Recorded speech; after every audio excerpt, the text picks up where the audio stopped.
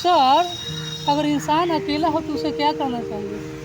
इंसान अगर अकेला हो तो उसे हमेशा खुश रहना चाहिए। मैं तुम्हें चंद लाइनों में समझाता हूँ कि मैं यूं ही एक तन्हा था, मेरी हर ख्वाहिश एक लम्हा था। मैंने हर दर्द को हंस के टाला, मैं दुनिया के भीड़ में तन्हा था। मुझे हर फूलों के कांटों से भी प्यार था और हर जख्म को सहना था। मुझे हर जगह पर ठोकर मिली, मैं फिर भी एक खुशनसीब तन्हा था। Wow! सर, अगर इंसान अकेला हो तो उसे क्या करना चाहिए?